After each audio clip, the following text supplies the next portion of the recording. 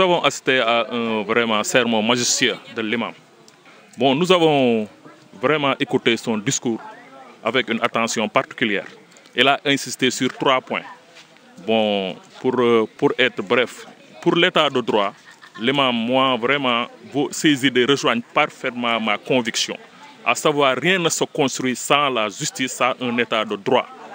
Bon, il a insisté sur le fait que les Sénégalais doivent être patients et doivent faire confiance à la nouvelle équipe gouvernementale, après particulièrement au président Diomaye et son premier ministre Sonko. Franchement, il a venu sur la genèse de leur élection, ça c'est vrai. Seul Dieu, il a insisté sur le fait que c'est Dieu qui donne le pouvoir à qui il veut. Dieu aussi retire le pouvoir à qui il veut. Vous voyez, il a insisté sur le fait que voyez, la puissance de Macky Sall, son armée, tout ça c'est allé à volo. Il a élu un président de la République jeune. Et ces présidents, 2 semaines avant les élections, avant l'ouverture des campagnes, ces gens étaient dans la prison pour dire que c'est Dieu qui donne le pouvoir à qui il veut. Oui, tout ça, bon, c'est bien beau de faire de la dissertation, mais un état de droit suppose un certain nombre de règles.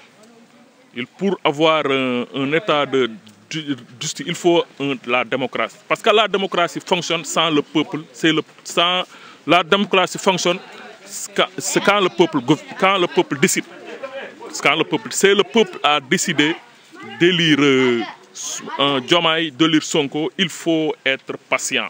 Ils ont appelé aux assises de la justice, oui. dialogue national. Oui. Comment vous voyez ça? Bon, moi, je suis très optimiste. Je suis très optimiste. Bon, la justice, en tant que telle, on ne peut pas parler de justice libre. On peut parler de juge libre.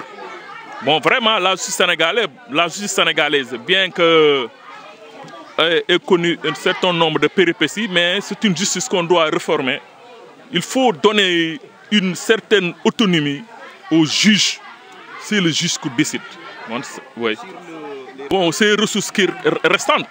Parce que, bon, le contrat, vraiment, moi, comment on peut négocier ça? Mais il faut se rendre à l'évidence. Comme on n'a pas les moyens d'exploiter, d'être en plénitude de toutes nos ressources, il faut accepter donc ça. Mais il faut dialoguer. Il faut dialoguer, il faut voir que ce n'est pas facile de négocier des contrats. Mais il faut, avec le temps, on peut encore négocier pour voir la part octroyée à notre État. Parce que pour moi, c'est une part qui n'est pas signifiante, quoi.